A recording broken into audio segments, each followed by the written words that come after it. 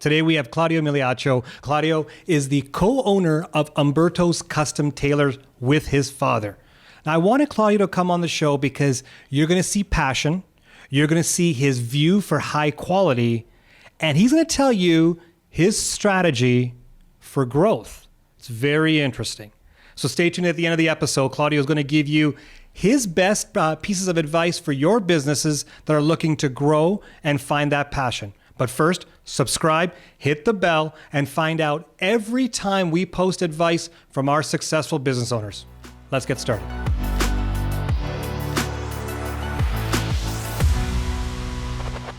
Claudio, welcome to the show. Thank you. Good to be here. I'm excited because we've been chatting for a bit online. I've seen a whole bunch of your posts. You've got a whole bunch of fans who said, you got to get him on the show. We've gone through a huge impact here with the pandemic in this city. And we think about bars, restaurants, those types of industries, and we sometimes forget about custom tailors. Yes. So why don't we start off with telling us a bit of a history about yourself, and then we can get into what's changed and how are we coping with it? Yeah, so my father obviously started the business, my mother and father being immigrants, but back in 82. I came in after university, so that was about 15, 18 years ago, and have kind of brought the business more to present day and continued the traditional tailoring aspect of it, but also brought in some more of my own ideas. And since then, it's been going great. Obviously, this pandemic hit, and it's been very tough for retail. I think most importantly for us, we were closed for about 2.5 months. We just tried to stay true to who we are. Customer service is everything to us, so tried to keep in contact with our clients. Didn't really try to put myself out there and trying to sell. We definitely were hurting, but I felt in a time like this, it isn't an actual time to push clients in the sense that we're all going through a tough time, and really you don't know which clients maybe lost their job, unfortunately, due to this. Maybe there's actual sickness in the household. So for me, it was more, and that's where the Instagram stories came in about my father immigrating to Canada and starting up Umberto Custom Tailors. That was all about, I don't really want to push anything. I don't want to sell anything right now. I thought I'd throw out a good feel story about my parents and how they started everything. And the response was fantastic. So it was because of that, it enabled me to have some contact with some of my clients, and they were calling me. For us, it's just about staying true to who we are. And, it's going to be a little bit of a grind here, I think, for the next year, maybe 2 years. And but stay true and just keep on grinding. You talked a lot on your posts, and there's a lot of talk about how Dad started up in Italy, learning the craft himself. Yes. Comes to Canada, opens up his business in 82. 82, yeah. First customer that comes to him says, I'm going to give you a shot. Yeah. You got 3 days to make a suit. Yeah. I've never heard of a suit being made in 3 days today, let alone 1982. How the heck did he do that? Normally, to be honest, if we were to make a suit for somebody, it would take us but that's only making it for the one person. It would take about 3 days. So That's why when he said, I'll give you a shot, but I need it in 3 days, my dad said, no problem, and he made it work. And that, like I said in the little video I did there, he's still a client of ours today. We made a few years back, we made a suit for his son for his high school graduation, so it's fantastic. But that's what business is all about, especially if you're opening a small business. Sometimes you have to make a lot more sacrifices maybe than some more established businesses. And my mother and father were all about that. So walk me through what Dad and Mom built, and then you took over the reins. What were they focused on, and what changed when you took over? Our art here is a very traditional art. It's a dying art. Not too many people want to learn how to cut and sew anymore. So it's not something that you find, even when you go back to Italy, back in the day, there was a tailor shop on every corner. You won't find that anymore. Yeah. It's a very time-consuming trade. I grew up in the store. It was something I was always very passionate about. So then when I wanted to get more involved in the business, the first thing was learning the trade. And I saw how many hours this would take. And when you start involving, where you'd start with the client, you'd sell them a suit, make the suit. As you're making the suit, all the hours involved. Then it came time to obviously get paid. So there's the exchange. And then you kind of add it all up and you're like, wow, Dad, like what's going on here? We need to, rent is going up. Fabric costs are going up. Everything is going up. You can't keep your prices back in 1982. Yeah. We have to change some things around here. So I think the business part about it, just bringing it to present day, renovating the store and making it a little bit more pleasing to the younger clientele. We didn't even launch our first website was about 4 years ago, which sounds absurd. But for us, it was word of mouth. And till this day, my dad goes, oh, Claudio, you get all fancy with the website and Insta, all that stuff. But at the end of the day, the best sale is when someone recommends someone to walk into that store. I heard from so-and-so, you do a great job. I'd like to get a suit from you. That's the best way to do business. So, how hard was it to raise prices, considering everything else is going up and you need to have this as a running business, get a decent profit line. So you had to raise prices at some point. Yeah. How hard was that to your clients? So I felt it was harder on my father than it was my clients. My father at times would say, Claudio, I haven't sat down in I don't know how many years. Like I'm working all the time. And we were selling less suits, but we were actually making the same, if not more money. And it probably wasn't until our accountant actually sat my father down and said, Umberto, you're not having as many sales, but you're actually doing the same amount of business, if not more business money-wise. So this has been a good thing. And I think once she told my father that, then it started to click in. But everyone who was really around us and had been with my father already at that time for about 15, 20 years, it wasn't a problem raising prices at all. Claudio, I say to every business owner, there's 5 P's to a successful business. So there's people, product, process, passion, and get paid. Yeah. How hard is it when you're doing a bespoke type of business, when you're tailoring it to every individually differently? How hard is it to work with employees to give that kind of feeling, experience, and service? So what's very unique about our store is we don't have any employees. So it's a family run business. We have tried people throughout the years. And what happens is when you own a small business like ours and when customer service is so important to what my father built and now what I have at the store, I can't afford for that employee to come in and have a bad day. I can't afford. So we tried a few people up front and it just wasn't working. And the biggest problem was knowledge. This is a dying trade, but to have the knowledge that we have in our fabric and whatnot, it's a tough thing because not a lot of people are learning that anymore. So it makes for very long hours for myself and long work weeks. But I think that's why we've been as successful as we have. Listen, every business wants to grow. Every business wants to get bigger. And, we've even had clients wanting to invest in our company and make it bigger. But making it bigger also means employees, a lot of employees, salesmen, but more importantly, tailors.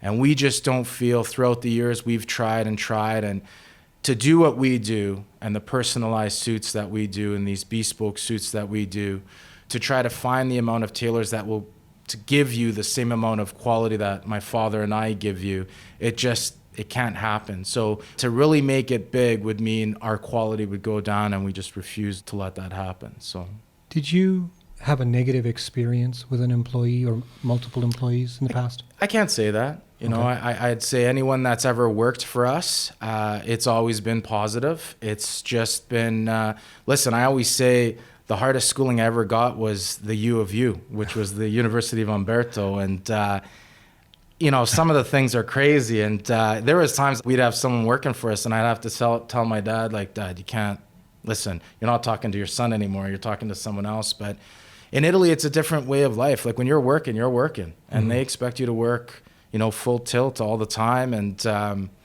it's just different nowadays, And so to find the kind of passion and the kind of work ethic that we expect is very difficult. And I'm sure that it's out there. And we've thought of different ways. I'm actually looking at a couple of different ways right now to bring in some salesmen that kind of do where it's almost their own business. So there's a lot of creative ways to get around. And listen, this time, if anything, we were closed for 2.5 months, and this is where I kind of came up with the idea. And there's a lot of ideas. You always got to be thinking. When you own a business, you can't, as much as I love our product and as much as I love what we do, you always have to be thinking as a business owner. So there's definitely ways you can change things and make things better without affecting what you really want, and that's the end product.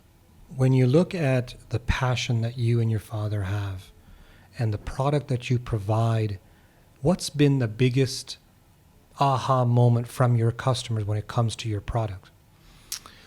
Well, the fit. I mean, the first fitting is just a basted jacket. I'm not sure how many people know how a proper bespoke, all the fittings that are supposed to happen, but when they first come in for that first fitting, it's one sleeve. It's just basted together. It's more for myself to know the form of the jacket and make sure I'm on the right track. But so they get a good chuckle out of that, like, wow, Claudio, what's this? But definitely the next fitting when they come in and it's a pant and the jacket and they try it on. Listen, when I measure a suit and we cut it according to your measurements, it's big. It's all standardized fitting off the rack, right? So if you're a 40 regular or a 42 regular, you go and try that on. They're going off a model that they think is a general 42 regular size.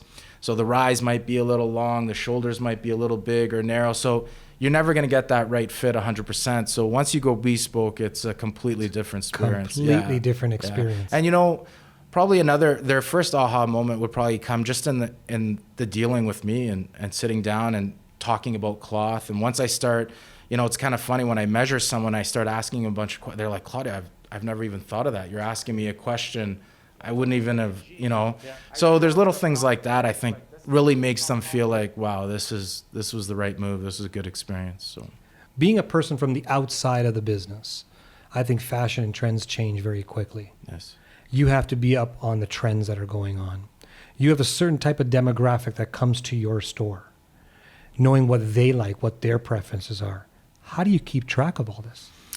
You have to have an incredible memory, that's for sure. You have to have all your clients in mind, and you know which clients you have. And obviously some clients have been with us for 38 years. So you have to remember everybody, whether it's client in his 38th year or your client that just came 6 months ago. It's very important to stay on trend, but I think the majority in Calgary right now, we've definitely gotten a lot better when it comes to fashion sense, for men anyway.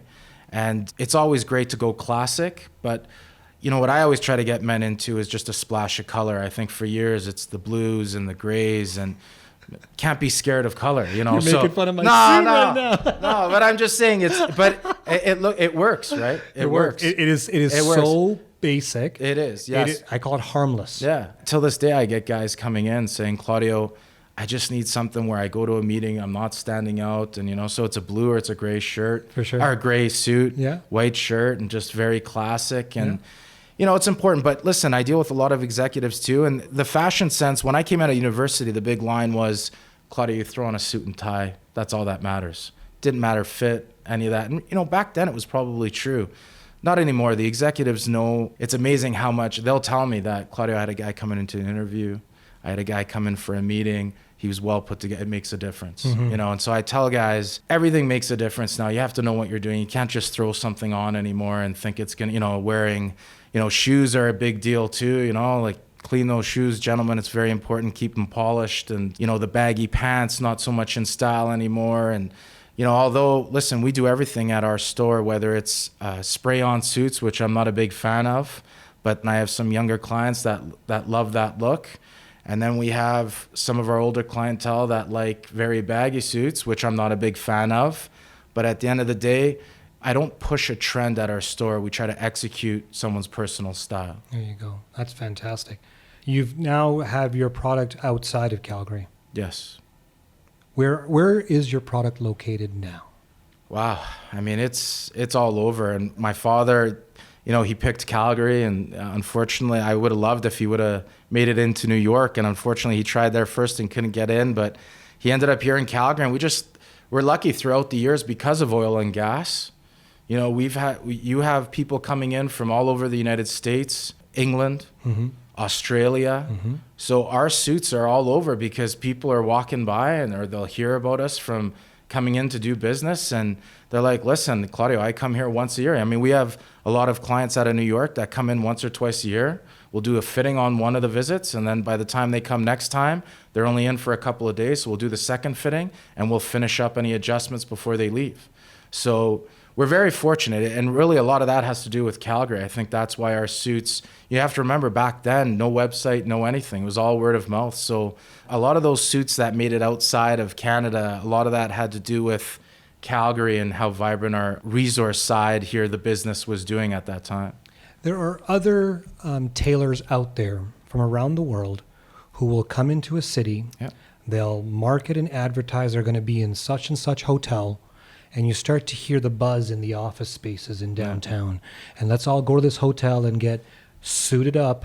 Yeah. And then off they go. What are your thoughts of that type of a process or a business model? What I always tell people is if someone's measuring you and then they fax your measurements and wherever it's being made, it doesn't matter where it's being made, but they send it off and all of a sudden that tailor now has a sheet of paper with numbers on it.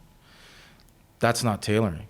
You know, that's impossible. That's an impossible way to make a suit, because at the end of the day, when I measure you might have a sloped shoulder, your hips might be off a little bit. You're describing me to a T right now. Exactly. No, but I'm just, a lot of that, there's little things that when you measure, you have to see and so now I'll be cutting your suit. Now, as I'm cutting, okay, I'll remember Faisal has this and that, and it all comes in. Obviously, the price is fantastic, and I think that's why a lot of the people do it. And, a lot of the times it's people just saying that, you know what, for that price, I'll live with it. I know it doesn't fit 100%, but I'll kind of live with it. But it has a little bit of everything going with it. The fabric that they're using, you have to understand that the mills that we use in Italy and England, they have outfits that go out there and make sure that their dyeing process is proper and everything that they're doing, obviously, because they're using chemicals. If it's not proper, they get shut down. A lot of the fabrics that you get when you're going to those traveling salesmen and the prices are too good to be true, well, they're not going through the same process as our mills in Italy and England are. So It's a tough go, but at the end of the day, they've obviously been very successful. They have come throughout all of Canada and all of the United States. I can tell you, though, at Umberto's, it's you come in for one, and we want you for the rest of your suit career. A lot of those places you go in, it's just a one-off. So they're hoping to get you the first time. They know it might not fit well, and it's off to the next guy. So that's not the kind of relationship we want. We want you, once we get you in for the first time, we want you there for life, for sure. So it sounds like they're going for the volume and you're going for the quality. 100%. How does that impact the bottom line of a business? Because there's so many business owners out there in your industry and outside that have that debate going on right now. Do I go after the volume and keep my price low so I can have more attraction? Or do I go for higher quality, higher price, not as much volume? How do you determine which is the right model? It's funny you bring that up, Faisal. My daughters are into Shark Tank. Okay. And they have this discussion all the time. They're like, Daddy, if you went on, I was like, no, Daddy's not an investable product. Umberto's custom tailors would never do well on Shark Tank. They're looking for what you said, volume. They want to make money. Yeah. They're investing in Umberto's isn't the most investable company, because at the end of the day, if Umberto and Claudio aren't there, well, there is no Umberto's custom tailors. So for me, it's always about product, because at the end of the day, I would never want one of my clients to throw on a suit and be like, this is terrible. Like this, sleeves are too long.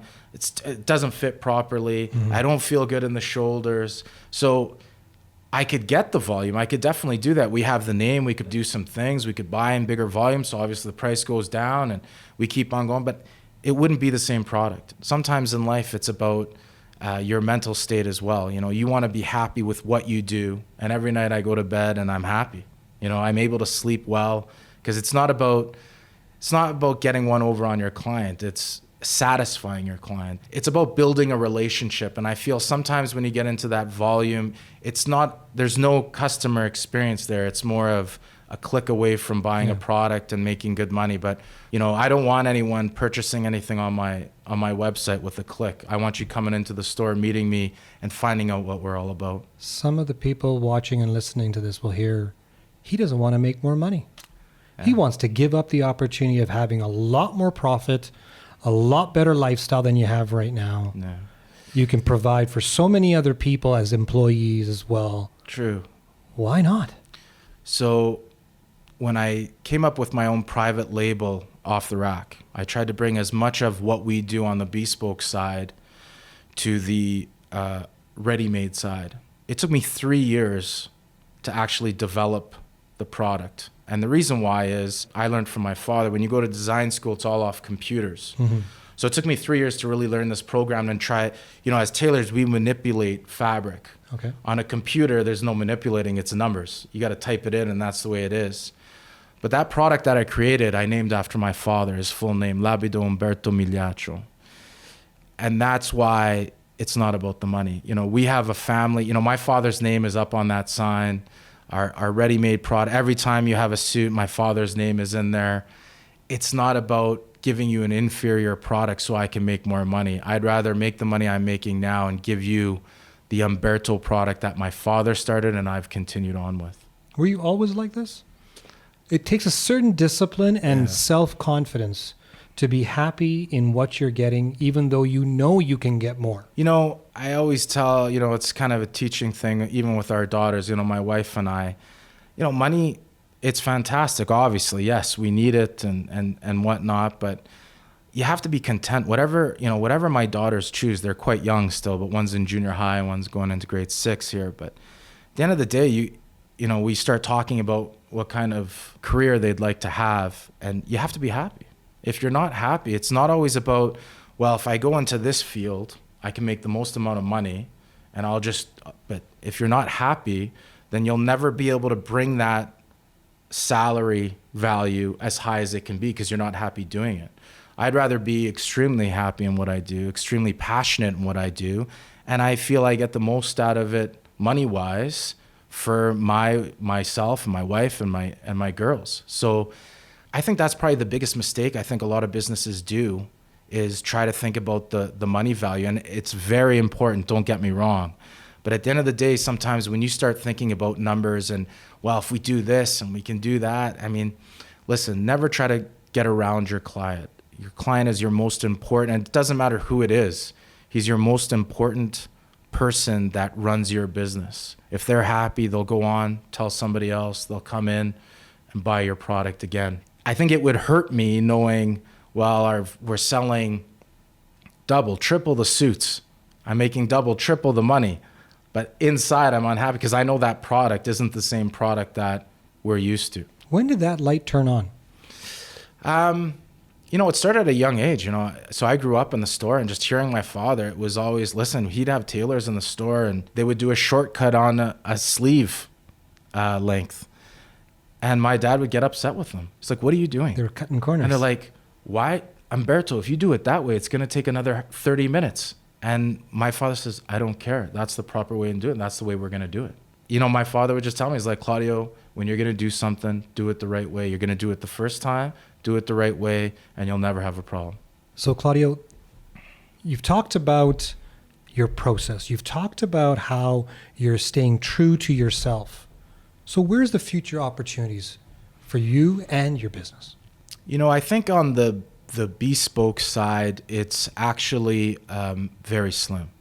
Because it's a dying trade, there are very few people that I can bring in to grow that side of it. But, the Scarpe di Umberto, which I created about 3 years ago, it's my shoe line, that part has really started to take off. And, although I'm the most passionate about making suits, I think for business owners, they have to understand that it might be this other little product that you never thought was going to take off. But you know what? It's actually doing really well. And although, let's face it, at the end of the day, I help my clients design them because on our website, you can design your own shoe.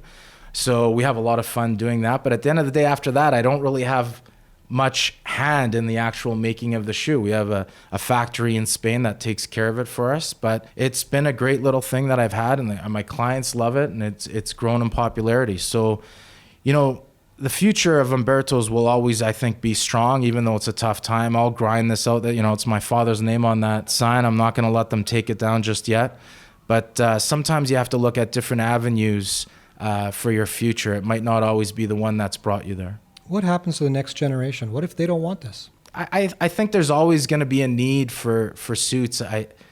For me, it's, listen, I tell my young guys coming out of university all the time, I'm like, don't make the mistake. And, I've had a couple of guys like, Claudio, I've been showing up to interviews and I can't get a job, so my friend said, I need to come see you. And I was like, well, tell me what you're wearing. Some of them are, well, just nice pair of khakis, a nice shirt, it was a floral shirt. Yeah. It's like, that's not how you get a job in this city. Ready for the luau. Yeah. You need to throw, you need to throw a suit on. You need to throw just a nice plain suit. That person across the table, to take you seriously, if you look put together and you look, proper and present, and it just makes a huge difference. It really does. What advice do you have for business owners? Give me 3 pieces of advice that you can give them to build their business in the same fashion as you have built yours. First of all, stay true to yourself. So whatever business you're in, make sure if you have a niche product or whatever it is, stay true to that. Really build on that before you start getting to your next product. You start with maybe 2-3 products and now all of a sudden you're going to 50 products. I think that's a quick way to get yourself into trouble. That's probably first and foremost. Know what you're really good at, excel at that, and really offer that. Don't try to get too big too fast. Once you know that you have your product and you know what you're really good at, well, now you got to make sure you take care of your clients. It's all about executing what your client wants. And that's been big for me all the time. It's, obviously I have my own style and my own fashion sense. If a client asks me my opinion, of course I'm going to give it to him. But at the same time, if he says, Claudio, this is what I'm really, and even if I'm against it, I want to make sure he's happy. So I try to execute his personal style because that's why they come to me. And then lastly, be happy. That's the best way. If you're in something and you're not happy, then you need to get out of it, because whether it's a career or whether you have your own small business, you'll never excel at it if you're not happy. Thank you for joining us today. Thank you. Thank you for watching the Karmali Exchange. Make sure you subscribe and hit the notification bell so you never miss an episode. You can also follow me on social media at Faisal Karmali, where we can continue the business conversation.